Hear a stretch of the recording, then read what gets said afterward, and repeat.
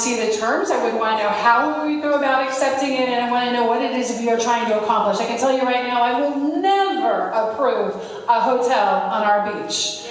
As a resident, I will be the first one to lay down in front of the dozers that come to build a hotel on our beach. That's not acceptable. I want us to always know that this is our beach and not feel like we're the guests there. Thank you. Thanks, Catherine. Commissioner Howard. Okay, this public-private partnership term is a very broad term. What I can tell you is that we have relationships with private business owners at the beach. These relationships are called leases. We lease land and space to the owner of Benny's. We lease space out to the owner of Mulligan's, to the owner of Mamma Mia's, to the owner of Kilvin's, to the owner of the pizza shop. So there's public-private interactions happening already at the beach. I think what people are afraid of is the idea that we would either sell the beach or that we would do a long-term 99-year land lease so that someone could build a hotel or something like that on the beach. That is as unpopular as it is infeasible, and I don't think there's a commissioner in the city of Lake Worth who would ever vote to do that, and that would include me. I would never, ever, ever vote to put a hotel at the beach, to lease land for a hotel at the beach.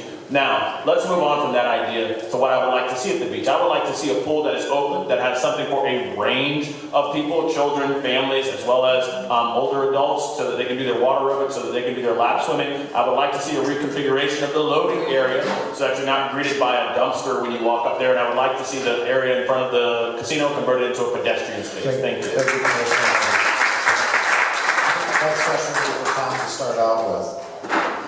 What will you do to improve environmental sustainability in the city?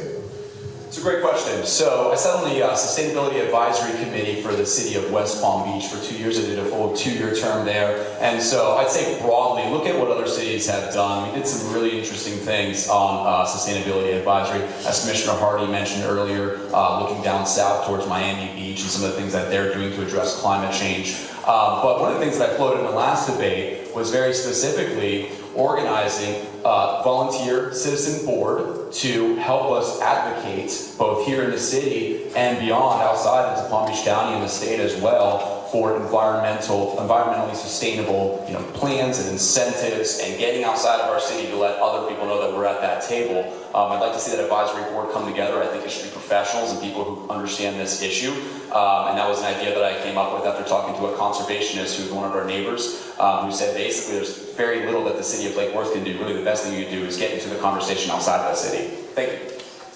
Thank you, Tom. Richard. Environmental sustainability, not financial sustainability. Environmental sustainability, that's fine. The landfill that Tommy was talking about earlier is already set up to be a solar field. There's only 2 megawatts there. It's expanding to another 10 megawatts. We already have a public-private partnership with Siemens on that. I'm not sure if he was aware of that. That's the sort of thing that we need to do. We have wind. We're not using our wind energy here. And there's small wind that's about the size of me that can generate about 20 kilowatts of power in a 5-mile-an-hour breeze. These are the sorts of things that we need to be looking at environmentally. As far as sea level rise goes, we need to protect ourselves from that, that's for sure, since the inlets are cut out. We're doing a little more of that with the water project and the sewer project now. They're taking into account with the roads what's going to happen with that. If the sea level rises by 6 feet, the intercoastal will be west of Dixie Highway, and this would be underwater. So we have to take some of that stuff into consideration. We can make ourselves greener with the wind and the wave and the solar that we have here now. Thank you, Richard. Catherine. What will you do to improve environmental sustainability in the city? Okay, that needs to be a top-down mandate.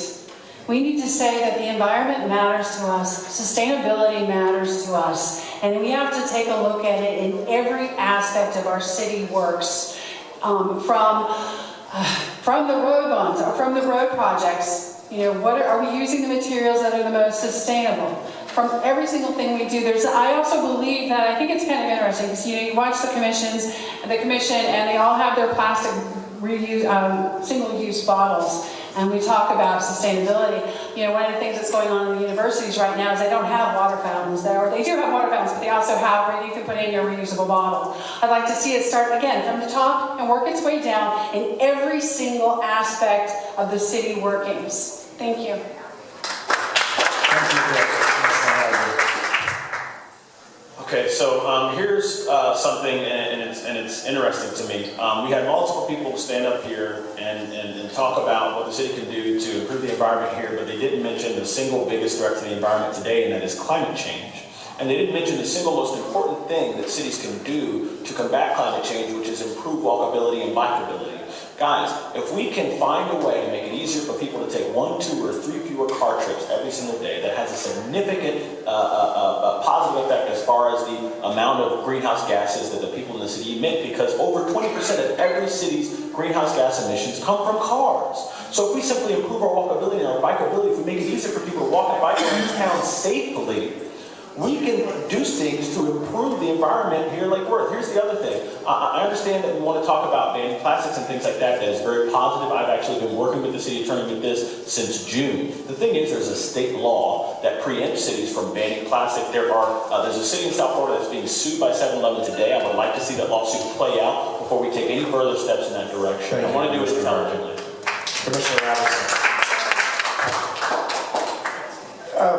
The environment is our future. If we can't breathe clean air, we're going to die.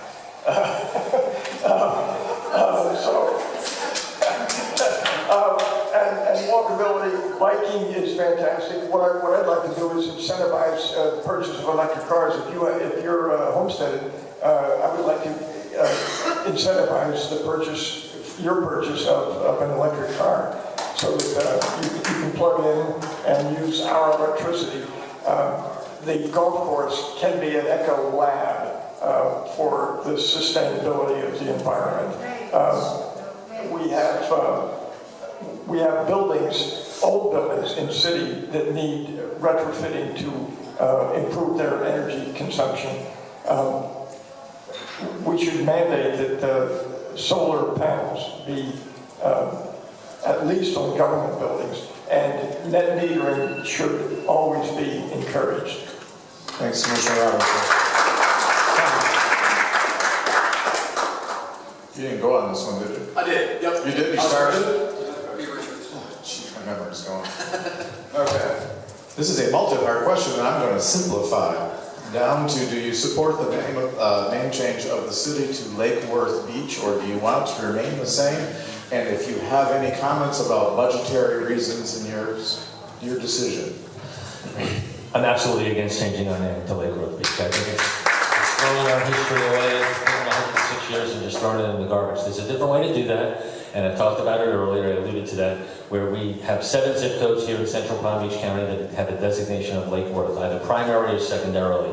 The post office laid out to me a procedure that we can petition them to remove Lake Worth from all the other zip codes that are outside of our city, and that would keep everything from getting dumped on us. And that's the method that we need to pursue. As far as the cost goes, no one has any idea what this is going to cost. So if somebody tells you it's $180,000 or $200,000 or $250,000, they're pulling that out of their back pocket, and it's just not a good number. It's just not. These aren't numbers that are solid, you know. So I'd like to see what all of that is and what that's going to mean. But I wouldn't even change the name anyway. So I think it's a moot point as to what it would cost. Thanks, Richard. I've gone back and forth on this one. I certainly understand why people want to change the name. I'm just not so sure that it's actually going to achieve the results we're looking for. I don't think it's going to make people who are in the suburbs think that they're are not understand. I don't think it's going to clear up the confusion for the people in the unincorporated areas. I think they're still going to think they live in the city of Lake Worth Beach. I think that I understand that it's a sexier name. It's got a little pizzazz to it. I understand that we're going to do it in incremental phases, so that when the trucks wear out are the new logos, they'll then incorporate it there. What I would like to see is, I would like to see us look at changing our lettered streets to names. I have done the research on this one, and in Business Insider, New York Times, everyone says that if you change the names, it's actually increased the prices. I live at 901 North B Street. I could live at 901 Beechwood Drive. And I just increased my property value. But actually, we could do that with all of our city. Pick a theme, pick names. As far as the name change, I'm hesitant on this one. Thank you. Thanks, Kathy. Commissioner, I will be voting no on the name change. I think it's that simple. I recognize the argument for doing it. I understand that there are lots of areas outside of Lake Worth that we have their crime statistics dumped on our population of 38,000. I understand that that's harmful to us as far as our reputation is concerned. I do not think it's as easy as going to the post office and having them change the designation from these areas from their primary designation of Lake Worth to perhaps their secondary designation of Wellington. Because then first of all, you have to understand that the people who live there have an interest in what their designation is. So they have to be okay with what's happening. But you also have to think about it. Whoever their secondary designation is, they have an interest in what it gets changed to too. I want you to imagine a situation where there's a high crime area outside of Lake Worth, and the primary designation is Lake Worth. The secondary designation is Wellington. Is Wellington going to accept that this area is now going to be called Wellington? That's something that you really have to think through. So I'll vote to keep it Lake Worth. I recognize the rationale. I understand people who will vote to change it to Lake Worth Beach. It's just my personal preference. I'm glad the voters have the opportunity to choose. Thank you, Commissioner Roberts. Commissioner Robinson. I think it's great that the passion of Lake Worth citizens are really having an opinion on changing the name. That's what the ballot's for. We're going to vote on it. You're either going to say yes or no. And that's great in Lake Worth because we love Lake Worth. And it's not an economic cost. You talk about changing the street names, now we're talking some money. But I'm all for it because we changed South O Street, which was So Street, to Ocean Breeze, and I love it. The people on No Street love No Street. Go figure. And then comments when we changed that name was, we don't want it to be too nice. So let's all respect everybody's Lake Worth opinion on the name change.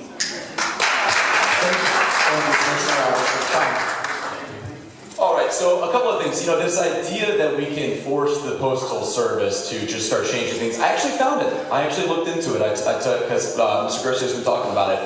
It actually happens to be the exact same process that any city goes through if they want to change their name as well. It just has to do with allowing the system to accept the new name, is basically what it is. It's a long and arduous process. It's not an easy one. It does go into the top echelon of management. But the reason why it won't work is because the post office is very reluctant to do this, so they only do it as minimal effect on surrounding municipalities. And obviously with Lantana, to Commissioner Hardy's point, with Lantana and Wellington and Boynton Beach and West Palm Beach, they're not going to do it, so it's not going to work.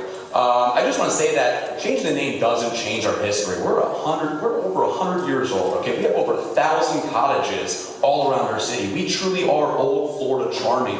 We're not changing anything when it comes to our history. We're not changing our fabric. I am for it, and I do think it'll be about $250,000. And my plan is when I'm your commissioner, the first thing we're going to spend it on is the water tower so we can let the rest of the world know that we are Lake Worth Beach. Thank you, Tom.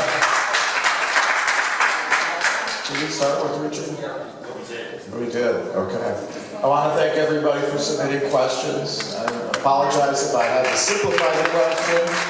I apologize if you did not use your question. There were about 4 or 5 of them that were very similar to other questions. We had like another solar question, which I think was answered in previous responses. And I hope we got through almost everyone that we could within the time allotted. Now is the time for our 2-minute conclusions. And yes, that's what I was going to say. That's Kathy. All right. So, many of you know that I had worked on Amari's last campaign. So why am I here?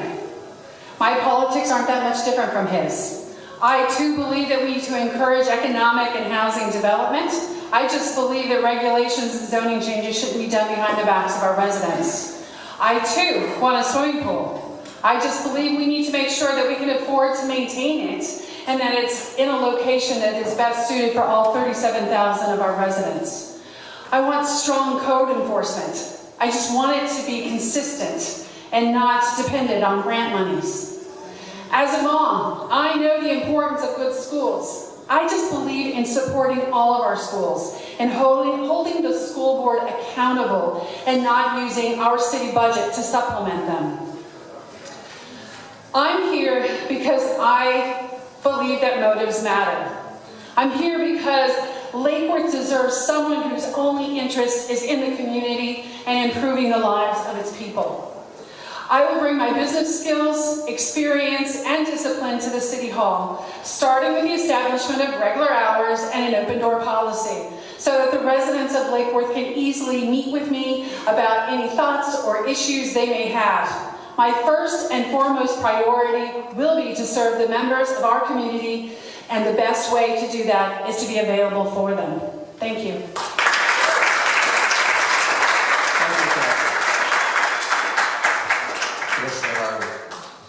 Well, I've said this before and I'll say it here again. When I think about my job as a commissioner, when I think about Commissioner Robinson's job, when I think about what you've elected us to do, there's a quote, a favorite author of mine, Thoreau, who wrote that book we're all supposed to read in high school, Walden. And he said, to improve the quality of the day, that is the highest of arts. Right? And that is exactly what it is that you've elected us to do. You've elected us to improve your quality of life, right? And I would say that that's exactly what we've been up to over the past 2 years. You can look at any aspect of living in Lake Worth and ask yourself this question: are you better off today than you were 2 years ago?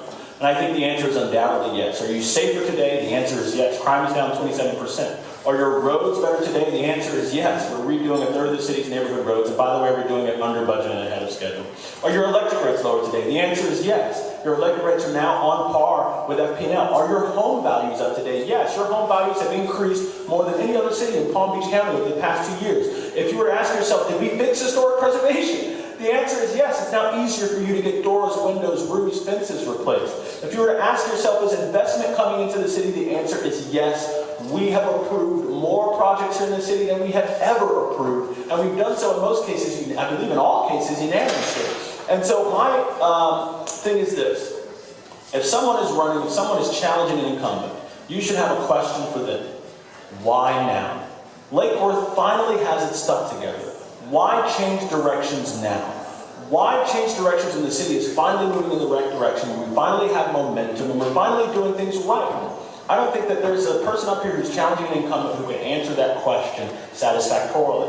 And that's why I'm asking for your vote. On March 12th, I'm asking that you go into the ballot box and you put your mark next to my name, and my name is Commissioner Omari Hardy. I would love to have your vote. It's been a pleasure. It's been the time of my life serving you. I'd love to do it for another 3 years. Thank you. Thank you all for being here, listening to us again. This has been a wonderful evening, demonstrating the passion we all have for our quirky little town. I'm asking for your vote tonight based on my experience, sincerity, and honesty, having worked with 4 others on the city commission, each with varying ideas and methods we should use to improve Lake Worth. Communication, compromise, and thoughtful clash of ideas is important in our progress. I'm proud and honored to be endorsed by Congresswoman Lois Franklin, State Senator Bobby Powell, State Senator Laurie Berman, Palm Beach County Pat Bernard, Palm Beach County Commissioner Dave Kerner, School Board Member Erica Whitfield, Human Rights Council of Palm Beach County, Commissioner Andy Amoroso, and Commissioner Omari Hardy. Those people all are familiar with government and know that when you're in government, you're in it for service, not for ego, or that you would look good on any position. Salesmanship is one thing, but when you have to get down to work and work with others, compromise, that's very important. So my priorities in the next 3 years are going to be the improvement of the casino park, raising the scores of all the schools based on a budget line item for all the schools, revitalizing downtown with energy incentives that are creative yet practical, and marketing our momentum, authenticity, possibilities through public and private development. I look forward to the challenges with a reasoned, mature, cooperative approach to take us into the future, for our young residents to grow, to love, to take pride in all the fantastic assets of Lake Worth. I'm asking for your vote. Please let me continue the service to Lake Worth. Well,